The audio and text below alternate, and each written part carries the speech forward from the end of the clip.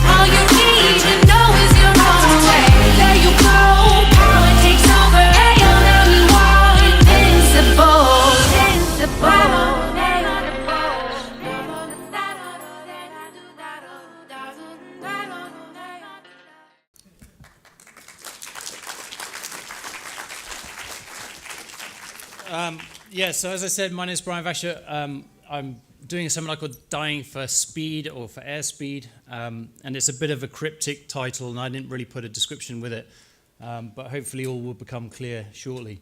The main thing is to talk about the speeds that we're dealing with in high-performance parachutes nowadays, and hopefully to open your eyes to some of those speeds and some of those potential situations that we have.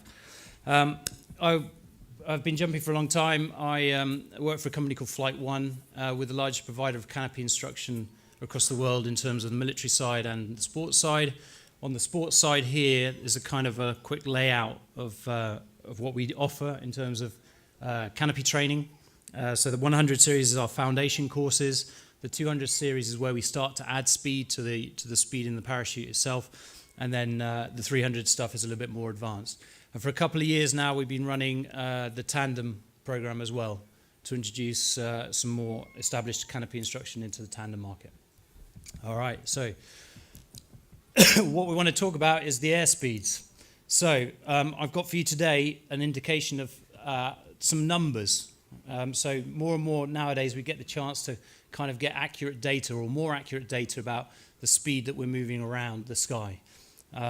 And that comes from a really small device called a fly sight, which I know if you guys are wingsuiters, you're more than familiar with. But it's a fantastic data logger, and it allows us to take a lot of information, primarily vertical descent and horizontal movement across the ground, as your wingsuiters have already used. We're going to look at those numbers in a slightly different way because I want to show you potentially what we could have in terms of impact speeds, and hopefully give you guys a few surprises about the numbers involved. From that, I've got some recommendations, and I don't really want to stand here and have a discussion about canopy choice in terms of this is what you should do. I think this subject has gone on for years and years. What I'm trying to do is present the information in a slightly different way and get you guys to think and make the choices based on factual data rather than what you hear or what you get told to do.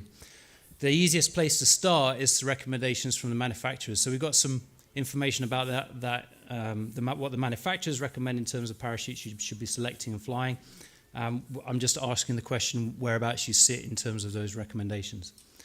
And then I want to provide you with a way to enforce safety. Now, skydivers traditionally hate the word enforcement, so I've put the word gentle in front of it, hopefully to give you an idea of where some federations are going in terms of dealing with the problems.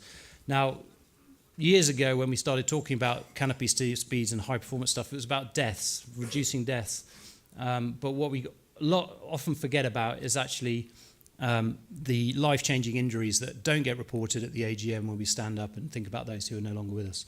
So it's not just about deaths, it's about huge injury as well. All right, let's introduce some speeds. First of all, I want to talk to you about airspeed. Our airspeed, when we talk about parachutes, is our system's movement through the air in terms of relative to the air around us. So we are moving constantly through the air. Now, traditionally, as I've taught across many different countries and many different nationalities and experience levels, I've commonly found that people don't understand the difference between airspeed and ground speed. So I'm going to tell you a very simple way, or teach you a simple way to understand when I'm talking about airspeed and the differences between airspeed and ground speed. So here we go. We're at the airport together. This is a treadmill at the airport. And our system is represented by Charlie here walking along his treadmill. The treadmill isn't working and Charlie walks along at 4 miles an hour. If you look at the background, obviously he's moving so the background goes past. All right? Similar to a zero wind situation under our system or a light and variable wind situation under our system. So a lot of people are scared of the speed when they suddenly have nil winds, or you might hear at your drop zone, oh, I don't like jumping in nil winds, or nil winds scare me. Well, nil winds, guys, is when you actually see the true airspeed. You have a true reference of how fast your system flies. So if you're nervous about zero winds, that means you're nervous about the speed of the system. Okay, so that's the first thing to think of. If we start to move the treadmill, so we start going downwind, so here's Charlie walking the airport, and he's walking at 4 miles an hour, but the treadmill is helping him. Is he walking any faster, slower, or differently? He's doing exactly the same thing, isn't he? But if we look at the background, obviously, now things seem to be going faster. So in the air, my airspeed doesn't change. I'm still doing the same thing. But what I visually see on my ground track, the speed at which I travel across the ground, speeds up. Very simple. I can turn into a headwind. And for example, if I turn into a headwind, you can do this at the airport, but you might get arrested, so just be careful on this. You can turn around and you can walk against the treadmill. Okay, if you walk against the treadmill, Charlie's doing 4, the treadmill's doing the same amount, and look at the background. It doesn't look like we're moving, but are we moving? Yeah, we're moving. Which direction? We're moving forward. How fast? 4 miles an hour. Okay, everyone's hopefully tracking with me on this. I still could be walking, or I could be flying my system in a wind that's stronger than my system airspeed. So my track across the ground is now a negative ground track. Okay, what you hear when you're sitting on a drop zone and someone says, oh, you don't want to jump that canopy, you might go backwards in strong winds. Well, this is an example of a strong wind. However, the system is still moving forwards, and it's still moving forwards at the same speed. Okay, visually, it's just our track across the ground. It's not a nice visual, especially when it's about 20 knots going the wrong way. I could also affect the speed of my system. So here's another example. Normally, if I was allowing the system to fly at full speed, 4 miles an hour, walking against the treadmill, I should actually have a stationary background. But here I've slowed my system down, for example, going onto brakes, and that reduces my airspeed. I'm still moving forward 2 miles an hour through the air, but obviously I'm getting a negative ground track again. So hopefully that's kind of introducing you guys to really understanding airspeed and ground speed, and understanding that we don't actually go backwards, guys. We always go forwards. That's the cool thing about it. So we're always moving forward in the system. Okay, it's just what we're seeing is different. I'll get onto that problem in a second. I want to talk to you about some numbers. And in order to understand the numbers, we talk about these numbers, it's a very two-dimensional thing. It's very much, I'm flying at 30, I'm flying at 20, I'm flying at 40. Okay, but we actually need to understand there are components of our system. In other words, we're not going parallel to the ground 40 miles an hour, 30 miles an hour, 20 miles an hour. There's a vertical component where we're going straight down, which is our axis on this side, and then we've got our glide slope that we're traveling down, which then equates to our our movement across the ground, our horizontal movement. So I've just named them for us. It's very simple. Kind of like horizontal airspeed, we're relating to the speed that my progress across the ground. Vertical descent is the speed at which my system is going this way straight down. And then from that, using Pythagoras, you guys can probably relate to me with that, we can understand really what our glide slope speeds are. So how fast are we actually moving? What are we actually recording? Well, first of all, to understand those speeds, we've got to recognize that the biggest influencer on the speed is size, guys. Sorry, size is important. It's the biggest influence in terms of your canopy choice is the size of that system above your head, of that wing above your head. Much more than type, much more than whether it's a elliptical or highly tapered or a semi-tapered, or whether it's got 9 or 7 cells, or any other factor that we start to talk about in terms of canopies. The biggest influence is the size of the surface area that you have above your head. So if you reduce that surface area, it's the biggest change that we're looking at. So we get to something called wing loading, and a lot of people talk about wing loading all the time. And wing loading, guys, is just a reference for you to understand. All it is giving you a number of how much weight 1 square foot of that canopy has to support. That's what wing loading is. It doesn't give you any indication, any firm indication on what canopy you should choose, whether or not you're going to more likely to have or less likely to have an accident, or whether you can or you can't jump that canopy. It's one of many factors about choosing a canopy. So please, please, please, when you're thinking about wing loading, think more of it in terms of what square footage have I got above my head relating to my experience. And more of that will come as we go into the seminar. Please also remember that as we reduce the size, it's a much larger increase than we perceive in terms of the percentage increase when we downsize. So as we get a smaller and smaller canopy, 10 or 15 or 20 square foot equates to a much larger increase in downsize. It's not proportional as we go from a 200 to a 190 to a 170. It gets increasingly bigger and bigger. So let's look at some numbers. What I've done for you, I've given you actually quite a large range of canopies. We're actually trying to collect this information as a company over a period of time now. So these are estimated speeds based on the data that we're getting. The only way that we could truly read airspeed is if we flew with an airspeed indicator. And as yet, under a parachute, we haven't been able to fly with an airspeed indicator. However, what we can do is we can take the measurement of the horizontal speed across the ground, the track across the ground, and give an estimation based on the strength of the winds that we have. So I want to give you a few examples rather than going through every one. But the yellow, orange, and red stripes here represent the kind of speeds where I'm hoping, or where most people sit in terms of the sport world, above a few hundred jumps. But to give you some eye-opening numbers, a military canopy, when we talk about a military canopy, we jump with our military clients 360s and 400 square foot canopies. Sometimes slick, so that means no equipment at all, sometimes with equipment. A no equipment jump, one of these large canopies will be clocked at about 23, 24 miles an hour down that glide slope. Okay, so that's the speed of a big canopy. More interesting perhaps for you guys is student canopies and novice canopies. We're looking at around 24 to 30 miles an hour in terms of the speed that we're coming down that glide slope. Now you can appreciate, because everybody here I'm sure has drives or hasn't been in a car, that if you are in an accident at those sort of speeds, especially with our huge box to protect you, then it's going to mean some implications.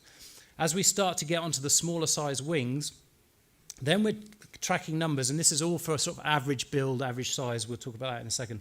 We're tracking numbers of around 32 to 40 miles an hour down that glide slope.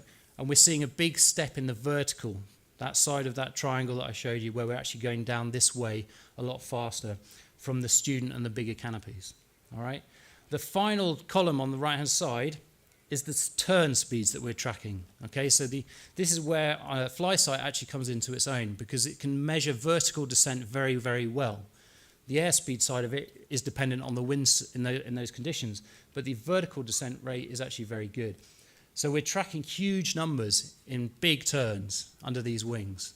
Hopefully will open your eyes in terms of the speeds that we're dealing with. So we're looking at 50 to 75 miles an hour in those band ranges. All right, and if you yourself sit there and think about the size of parachute you jump, unless you're extremely, extremely big guy or an extremely, extremely light guy, you're sitting somewhere in this range. Okay. Obviously, when we move into the competition side, then we're tracking downward speeds of over 100 miles an hour in turns, in the things like the peregrine and at competition. Combined with that then, as we know, as our system moves through the air, it doesn't really matter as long as we don't have contact with the ground. Okay, so when we talk about contact with the ground, then it becomes about ground speed. But to understand potential ground speeds, we first of all need to think about the wind. All right, whether we're moving along that river or flying against that river, swimming against that river.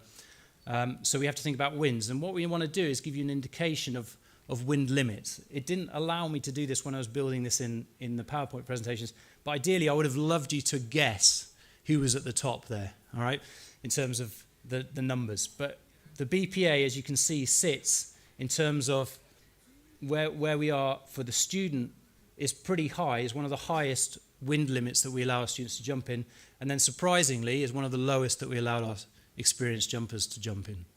Okay, so actually put some numbers on that for you a little bit more. We have, and it's all in knots, miles an hour and meters per second, we have a student limit of 15 knots, an experienced limit of 20 knots. Okay, and then how that compares to other federations around the world. Both experienced German people and experienced Americans can jump in any winds. It's brilliant. Okay. So what we want to do then is think about in those max wind limit situations, if I didn't flare, or how fast potentially am I coming in on terms of ground speed or potentially making contact with the ground. So we call that potential impact speeds because it sounds cool. But we're talking about potential impact speeds here. So again, using exactly the same diagram, we're now just looking at it from a different point of view. Instead of calling that glide slope, let's call it impact velocity. Yeah, let's see how fast we can actually hit the ground. And instead of the horizontal speed, we need to work out what's our horizontal speed of the system plus the potential limit that I'm allowed to jump in. Okay, and that will give me my true horizontal speed that I could be jumping in. And same with the vertical side. What is my true potential if I was in a turn, in windy conditions, or whether that would make a difference, that I could impact the ground with, and that we've called our vertical descent speed. It's nothing so sexy as the other two. But I hope you get the idea. So I'm just trying to explain to you where these numbers are coming from. All right? So the same diagram now, but this time looking at potential impact speeds. First of all, zero wind. So we're looking at that number of that downward slope. If I don't flare, light and variable winds, what's my potential impact speed? So a no flare canopy, no flare speed in a military canopy, we're looking at 25 miles an hour impact speed, somewhere around there. Where you guys, most of you guys are possibly sitting, we're looking at 38, 42, 43 miles an hour potential impact speed with no turn, no flare into the deck. All right, these are big numbers, guys. That's what I'm trying to point out to you. If we're doing a turn, well, actually, now we're getting into some serious numbers. Okay, if we happen to be in a turn and we make impact with the ground, then we're looking at around 80 to 90 miles an hour on a normal high-performance canopy, a normal sport jumper's parachute. The double star, just for those people who are interested in terms of the ultra-high performance or the competition, the velocities, the Valkyries, the peregrines, the double star is where actually vertical speed becomes so strong that we're not moving across the ground. So there is a relationship in these numbers in terms of whether or not I'm going straight down in a turn, because in a small canopy we can get above the wing so that we're actually going straight, drilling straight at the ground rather than translating across the ground as well. So these numbers obviously vary hugely depending on the direction of flight in that situation. What do you guys think? Big numbers? Big numbers, all right? And this isn't me standing up here going, guys, these canopies are fast, you shouldn't jump this canopy. This is just actual data that we've based it on, working out potential calculations. All right. Let's talk about it then. So the issue of going backwards. So one of the things that I hear a lot moving around, I hear a lot of myths. And we're going to deal with a couple of them in this presentation. But the first myth that I hear a lot about is the going backwards myth. The going backwards means, oh, I'm a small person under a big canopy, or I'm an inexperienced jumper under a big canopy, and I look down and I see that negative ground track. If you remember that first set of slides where we're walking in the airport, I'm looking out the airport window and I know I'm moving forward, and yet I'm getting this thing where it looks though I've got a negative ground track across the ground. It's not a nice feeling, is it? If you've experienced that, I've experienced that. I've seen the drop zone go like this away from me and end up 2 miles away in front of me, and my ground track totally this way in extreme scenarios. So it's not a nice feeling. I know it's not a nice feeling. But the question is, should you be jumping? And this is what I'm asking you as experienced jumpers, licensed jumpers, and the instructors and the DZOs and everybody who has any sort of responsibility, is to recognize the question, should you be jumping? And should you be jumping is not, oh, the Federation has put 20 knot wind limit, therefore I can jump, or unlimited, it's up to me. It's whether or not I should be jumping. Because it is a problem, isn't it? It's a problem if you look down, especially if you're coming in to anywhere near the ground where you know you've got to land and you're getting this negative ground track. There are 2 ways to deal with this problem. The first way, which is the way we've tended to deal with it, is to go, to solve this problem, take a smaller, faster, radical, more easy to turn, more sensitive canopy and go and jump. The other option is to manage your progression in stronger winds. So ask the question whether or not my wind limits are personally good for me. The first option is like me saying to you guys, today guys it's 24 knots, take my 67, I promise you you'll go forwards. All right? You wouldn't do it, would you? Maybe some of you would. All right? So that's the key thing, is to recognize that we're trying to solve the problem, which shouldn't be there in the first place, but we're trying to solve it in the wrong way. We're putting you at an unnecessary risk. All right? Downsizing is not the solution for strong winds. Staying on the ground is the solution if it's strong winds. So you want to think about your personal progression. And I've got some ways that we've dealt with that coming up in terms of some solutions to help you manage your personal progression. The other one that comes up quite a lot is about flaring in winds. All right, so we know with these diagrams that the way that the canopy flies through the air is unaffected by winds. And I'm not going to go into that in great detail, but if you're unsure about that, come on one of the courses and you'll realize why. So the system doesn't know whether it's flying into a headwind, a downwind, or a crosswind, or a zero wind. The system only knows what's called relative wind. It's going to react and flare the same way. So you're going to see in all these different winds that actually the flare technique stays the same. During the process of the flare, and I've taken an easy number, which is quite a low number, 20. During the process of the flare, we are exchanging 2 forces. We're exchanging airspeed into this thing called lift to fly across the ground. Again, we're not going to go into flare techniques and why and wherefores. What I want to show you is that that number, if we are pulling down and changing forward airspeed into this thing called lift, the airspeed must be reducing. So you're seeing the flare going 20, 18, 14, so on. And then we've got the ground speed. Into a headwind of, for example, 10 miles an hour.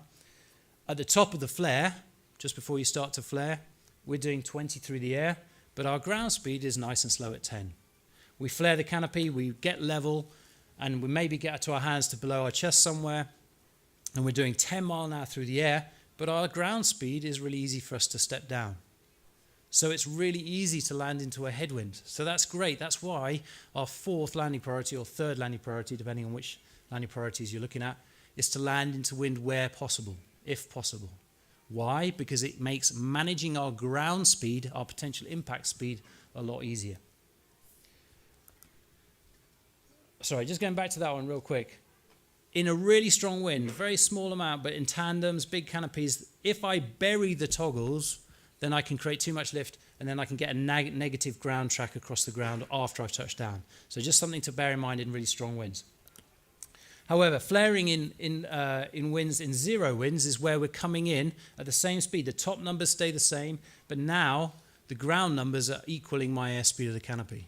So like I've already said, if we're scared of flaring in or landing in zero winds, that means we're scared of the actual speeds of the canopies that we're dealing with, all right? So we should be asking questions about that. This time, I've got to continue the flare range all the way through and keep the canopy flying until my ground speed, or potential impact speed, is as low as possible. So it's really important through nil winds and downwinds to manage the whole flare range of your canopy coming into land, to keep it flying for as long as possible. Remember, you only have impact when you make contact with the ground. So if you keep it flying, you're golden. Downwinds is now where it starts to get interesting. Potentially downwinds, again, the flare techniques stay the same, but our downwinds now here, we might be in a situation that if we're coming in a very heavy downwind, 10, 20, whatever it happens to be, I would suggest that you think about how fast you can run or walk. So 10 might be a bit generous. I think for me is a bit generous, but 11 probably. But if in terms of the amount that I can run, I'll probably walk about 4 miles an hour, 3-4 miles an hour, maybe up to an 8 mile an hour wind, downwind, no problem to land. Because potentially if I keep the canopy flying, at the end, that impact point where I make contact with the ground is at walking or jogging speed. Okay, above those speeds, then downwinds become a little bit more interesting. You've got to either be prepared to slide like a tandem and take the speed off in other ways. Okay. What we want to think of is when our system speed is really high, or the potential downwind that we can be doing is really high. No matter what we do, at the point where we're making contact with that ground, our ground speed has the potential to be very, very high. Okay, and so that's the final thing on winds. Small person, small canopy. I need to just deal with this really quickly because I often hear, oh, it's all right, I'm a very small person under a big canopy, so I should get under a small canopy. Regardless of who you are, under a small canopy, it will roll aggressively. Roll is this axis, turning axis, all right? Think about it. How many times have we heard, or do we read in incident reports, unfortunately, Joe Bloggs was flying backwards and he died. We don't really read that in incident reports. But we read in incident, unfortunately, Joe Bloggs was under a small canopy, made a turn too low to the ground and died. We read that one, don't we? So this is understanding that small parachutes, no matter who's underneath it, by their nature are much more sensitive and therefore will roll and turn easier. In terms of the system, the mass, the whole thing falling through the sky is much smaller, and so the vertical component, that side of the triangle that we're looking at that's going to hurt, is also going to be quicker, regardless of who's underneath it. And if we're pushing people onto smaller canopies with low experience, we are not allowing for these inevitable mistakes, the mistakes that are going to happen by that low experienced jumper. So it is not good as experienced jumpers or instructors if we're pushing people into smaller canopies based on weight or based on their size. All right? We don't necessarily get more penetration. We're kind of getting this going by saying, oh, if we want you to get on this smaller canopy because you can jump in stronger winds and you can get more jumps and we can progress you more quickly. It's kind of this, everybody wants to be in this family. Everybody wants to make everybody around them better. And what I'm trying to explain to you is that it's increasing the risk for people with lower experience by wanting them to be doing what you're doing or trying to pull them along into a smaller canopy. So, how do we deal with this issue? Well, we could be really boring. We could not jump, we could jump really big old canopies. When I first started jumping back in the day when dinosaurs were around, we had very big parachutes. Okay, the smallest, craziest guy on the canopy had on the drop zone had a 190 canopy. And 150s were coming in and that was really scary. And then there was the Blue Track 120, which you had to be a professional jumper to jump. And so the atmosphere was very different when I started jumping. And what's happened is the skill level of the base of people haven't changed. Only the size and the speeds that we're dealing with under the parachutes have changed. So the first place we would look at the manufacturers. So I'm going to introduce you to something called the warning label. You guys seen this before? Probably never. You probably put your face into it 10 times a day, or maybe got someone else's face in it. But we haven't actually read it. There's a lot of interesting stuff on there to read, but this is the thing that I want you to realize. So I'm going to take you through this section of the warning label. All right. This is the recommendation of the manufacturer. It's a Performance Designs canopy, and it's on every canopy that you see from Performance Designs, and on most canopies from other manufacturers as well. They just phrase it slightly differently. So this is what their recommendations, or what they class you as jumper type if you are jumping this canopy with these weights. Now the weights that they're listing are both in pounds. So for example, if you look at the novice square there, that's a 143, that's 143 pounds exit weight, and with 65 kilos exit weight. So that's probably, if you're a 55 kilo person and you've got a 10 kg worth of kit on your back. All right, the way that they're classing it is they're classing it as minimum weight, min WT. I'll explain what VLC and NS means in a second. Then you have a student class. you are classed as a student. Then novice, intermediate, advanced, expert, and max weight, and that's usually governed by opening speeds that they recommend. VLC means varies with landing conditions. In other words, it's really hard to be too light under this parachute, is what they're saying. Yeah, it depends really very much on where you are and what's happening. What you've also got to remember, these numbers are based on a drop zone at sea level. This is not jumping at mile high or in South Africa where the drop zone elevation is different. All right. So for this particular canopy, we have minimum weight varies with landing conditions. Student, not suggested. Means if you're a student, we don't really recommend that you should be jumping this canopy. Novice means if you are between 143 and 173 exit weight, that sort of weight, you're classed as a novice jumper. Yeah. And then moving up to all the way to, let's look at advanced and expert weight. So I'm 90 kilos, I promise. 90 kilos, so that puts me on this canopy as an advanced stroke moving into expert canopy pilot if I jump this canopy. All right, so you guys take your weights and have a look. And this is exit weight. So actually, exit weight, I'm 90 kilos without kit. God damn it. So I'm about 100, 102. So I'm probably in the expert class if I jump this canopy. Does anyone want to guess what canopy this is? 190, 170, 150? It's a Storm 150. It's a Storm 150, guys. What about this one? Same, not suggested for students. I'm sitting there, I'm 90 kilos. I'm again in the advanced expert class. Any guesses? Come on. Higher, lower, higher. It's a Sabre 2 150. Anyone jump a Sabre 2 150? Where do you sit? Expert. Yeah. He's an expert at sea level. All right, let's look at some others. This one has a minimum weight varies. Student, if you're a student canopy and weighing 168 pounds, exit weight, but with 3 stars. The 3 stars, if I look down on the label, it says, you can jump this canopy, but actually we've probably got some better canopies that you can jump if you're a student. It's amazing information that we're getting off this label, isn't it? That you're putting your face in all the time. So, where do I sit? I sit on this canopy, intermediate, advanced, somewhere around there. Anyone guess? What size? 210, Sabre 2. All right, I like this game. All right, a couple more for you. So again, varies with landing conditions. Again, not recommended. Well, you can jump this as a student, 152, but in fact there are other canopies that are better.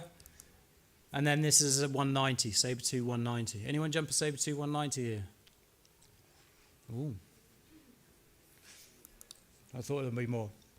All right, let's move on. What about this one? This is quite an interesting one. So, varies with landing conditions. Not suggested for a student. Not suggested if you're a novice. If you weigh 65 kilos, you're classed as an advanced pilot. If you weigh 87 exit weight at sea level, you're classed as an expert. Okay, I'm a little bit more than that. 90 plus another. Okay, so actually, yeah, let's just call it I'm at max exit weight or just slightly over. Anyone guess what this canopy is? Sabre 2 120. Sabre 2 120. You want to fly 120? Any sort of 120s? Any indication of where you sit? Expert? Brilliant. In fact, what you'll do is if you look at your parachute that you're flying, you're classed pretty much either in the advanced or the expert section. Most people are around drop zones. All right, last one is our Valkyrie. Okay, Valkyrie 75, high performance wing, ultra high performance wing. Minimum, this is the only time where you start to get minimum weights in terms of best optimal performance for the system. Is at the really high end of canopy flight. It's like Valkyries, Peregrines, those sort of top end canopies. As you can see, it's not applicable. And they've changed the not suggested as not applicable all the way up until expert. So they're basically saying don't jump this unless you're an expert. And if you're 82 kilos, you definitely fall into the expert category, and chances are you're jumping it over a maximum weight. All right, so hopefully some indication there. I want to show you now, just to finish, on the way that potentially one federation is moving, and potentially we could also move, okay? And it's called gentle enforcement. I'm going to show you a little bit about that, and then I also want to just get you guys thinking about some win situations. I know there's a lot of numbers on here, but the French, God bless them, have done a fantastic thing in my view. They've actually linked what size canopy you are allowed to fly to their federation and to their drop zone owners. The way they've done this is they've generated a chart, they generated an indication based on your jump numbers.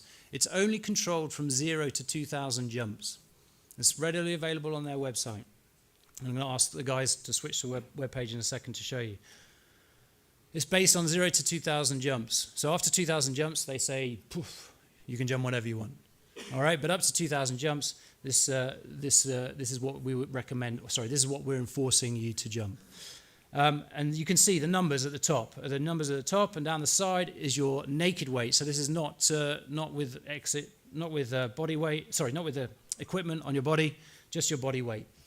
And depending on your jumps. So, for example, I'm 90 kilos, so I would look along the 90 line, and then I would be looking at my jumps. Well, I've only done 250 jumps.